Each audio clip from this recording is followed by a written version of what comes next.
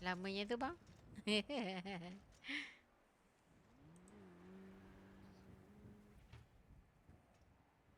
Bang fahamkan tadi? Ah ya betul lah tu. Oi titik je. Yom. Kasih. Kejap.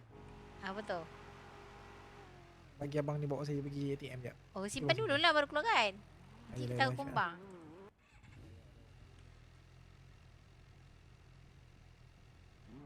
Ni. IC tak ada. Ambil kunci. Serius lah. Tak ada IC tak ada. Kalau tak ada IC mana boleh top up bang. Betul, tak ada Bohong IC saya lagi. bang Nenek dah bagi kunci. IC lagi bro dalam negara. Serius. Boleh lah top up tak ada IC. Itulah. Boleh. Tu orang tu pergi keluar motor buat apa? Kan Bi nak pergi dengan dia. Wah.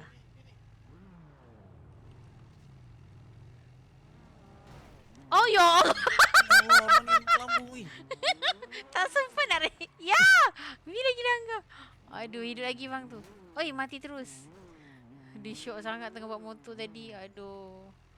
Ya salah. Medik lu.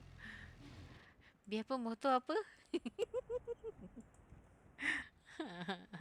Abang main keluar saya dah hijau.